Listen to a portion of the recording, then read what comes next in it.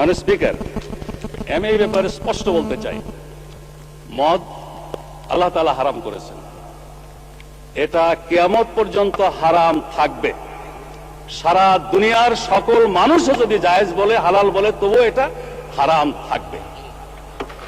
আল্লাহ, রসুল এবং আখিরাতের প্রতি, কোরআনের প্রতি যারা ঈমান পোষণ করে তাদের কাছে মদের দাম কমানো বাড়ানো অথবা শুল্কের হ্রাস বৃদ্ধি তাদের কাছে কোনো ব্যাপারই নয়। মাংনাও যদি দেওয়া হয়, মদের ফ্যাক্টরির মধ্যে যদি বদ্ধ দরজা জানালার মধ্যে তাদের রাখা হয়, তবুও তারা আল্লাহর ভয়ে মদ স্পর্শ করবে না। মানে স্পিকার, আমি তাদের উদ্দেশ্যে বলতে চাই, তারা যদি সত্যি এটা নিয়ে রাজনীতি না করতে চান, আন্তরিকভাবে মদ বন্ধ হোক এটা চান, তাহলে মদ বন্ধ তো ইসলামী অনুশাসন পুরোপুরি চালু ছাড়া হতে পারে না। ইসলামী রাষ্ট্র ব্যবস্থা, সমাজ ব্যবস্থা, শিক্ষা ব্যবস্থা চালু হওয়া ছাড়া হতে পারে না। অথচ ওনারা তো ইসলামী অনুশাসন কায়েমের আন্দোলনকে বলেন মৌলবাদ, বলেন সাম্প্রদায়িকতা, বলেন ধর্মান্ধতা। যতদিন তারা ইসলামী রাষ্ট্র ব্যবস্থা, সমাজ ব্যবস্থার আন্দোলনকে মৌলবাদ, সাম্প্রদায়িকতা, ধর্মান্ধতা বলা বন্ধ না করছেন, ততদিন মদের ব্যাপারে তাদের কোনো প্রশ্ন তোলার অধিকার নাই। মানে স্পিকার, আমি স্পষ্ট বলতে চাই, মদ শুধু ইসলামেই নিষিদ্ধ নয়, সকল ধর্মের দৃষ্টিতেই এটা একটা ক্ষতিকর জিনিস। ধর্মকর্ম যারা মানে না তাদের দৃষ্টিতেও এটা ক্ষতিকর জিনিস। কিন্তু শুধু আইন করে এটা বন্ধ করা সম্ভব নয়। 1920 সনে আমেরিকা কংগ্রেসের সিদ্ধান্তের ভিত্তিতে এবং সংখ্যাগরিষ্ঠ জনগণের ঐক্যমতের ভিত্তিতে মদ নিষিদ্ধ করেছিল। মদ থেকে তাদের জাতিকে দূরে রাখার জন্য কোটি কোটি পৃষ্ঠা বুকলেট, লিফলেট, হ্যান্ডবিল প্রচার করেছিল। তখনকার আপ টু ডেট, মানে স্পিকার, হলুদ বাতি জ্বালালে আমি থেমে যাই। আমাকে নিয়ে অনেক কথা হয়েছে, আমার দলকে নিয়ে অনেক কথা হয়েছে এই পার্লামেন্টে, সেগুলোর জবাব দেওয়ার সুযোগটা অন্তত আমাকে দেবেন মানে স্পিকার, আমি আশা করি। তাই বলছিলাম, আমেরিকাতে এভাবে মদ বন্ধের সিদ্ধান্ত নিয়েছিল 1920 সনে। 1933-এ আবার এই সিদ্ধান্ত প্রত্যাহার করতে হয়েছিল। এই সিদ্ধান্ত কার্যকর করতে গিয়ে 200 লোক নিহত হয়েছিল, 5 লক্ষাধিক লোককে কারাবন্দী করা হয়েছিল এবং লক্ষ কোটি কোটি ডলার জরিমানা করা হয়েছিল, সম্পত্তি বাজেয়াপ্ত করা হয়েছিল। তারপরে এটা বন্ধ হয়নি। মানে স্পিকার, এই ব্যাপারে আরেকটা পিকচার আমি আপনার সামনে আনতে চাই। 1400 বছর আগে জনাবে মুহাম্মদুর রাসূলুল্লাহ সাল্লাল্লাহু আলাইহি ওয়াসাল্লাম যখন ইসলামের দাওয়াত দিচ্ছিলেন, সেই যুগটাকে বলা হয় আইয়ামে জাহিলিয়া। তখনকার দিনে মানুষের মদের আসক্তি আরো অনেক বেশি ছিল। আরবি ভাষায় দেখেছি মদের নাম 200-এরও বেশি।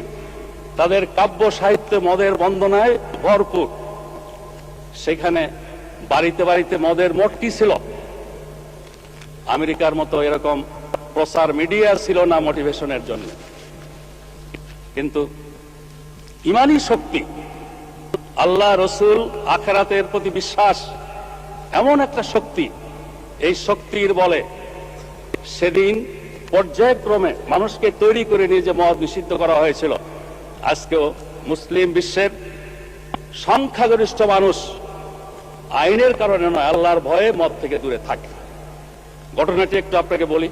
মানে স্পিকার, ইমানের দাওয়াতের পর স্বাভাবিকভাবেই মানুষের মনে প্রশ্ন জাগলো, আমরা আল্লাহ, রসুল, আখিরাতে বিশ্বাসী, আল্লাহ এবং রসুলের হুকুম মানি, এই মদের ব্যাপারে আল্লাহ এবং রসুলের হুকুমটা কি? তারা প্রশ্ন করল।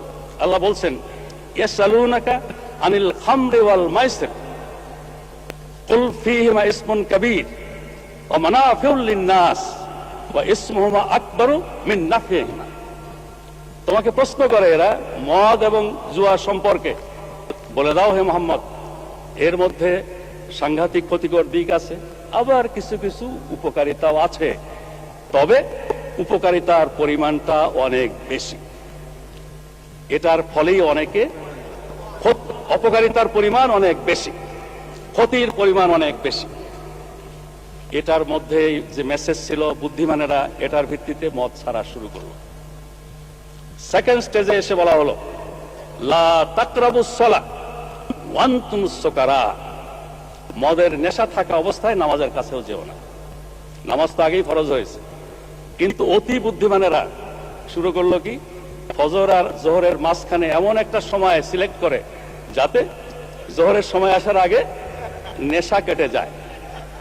একটা পর্যায়ের পরে একেবারে থার্ড স্টেজে এসে বলা হলো, ইন্নামাল খামরু ওয়াল মাইসিরু ওয়াল আনসাব ওয়াল আজলাম রিজসুম মিন আমালিশ শায়তান ফাসতানিবুহু লাআল্লাকুম তুফলিহুন।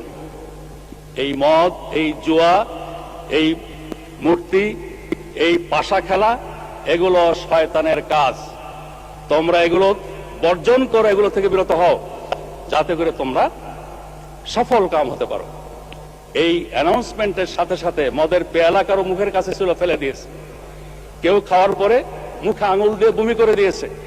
বাড়িতে যেই সঞ্চয় ছিল এগুলো সব মটকি টটকি ভেঙে দিয়েছে, মদের স্রোত বয়ে গেছে। এরপরে আর এই মদকে আজ পর্যন্ত হালাল করার কোনো প্রয়োজন হয়নি। আওয়ামী লীগের বন্ধুরা যদি সত্যিই আন্তরিক হন মদের ব্যাপারে, তাহলে আসুন আমাদের সাথে ইসলামী রাষ্ট্র প্রতিষ্ঠার আন্দোলনে শরীক হন। ইসলামী সমাজ ব্যবস্থা, ইসলামী বিচার ব্যবস্থা, শরিয়া আইন কায়েমের আন্দোলনে শরীক হন। তাহলে এই কথা বলবেন, না হলে এই কথা দয়া করে বলবেন না।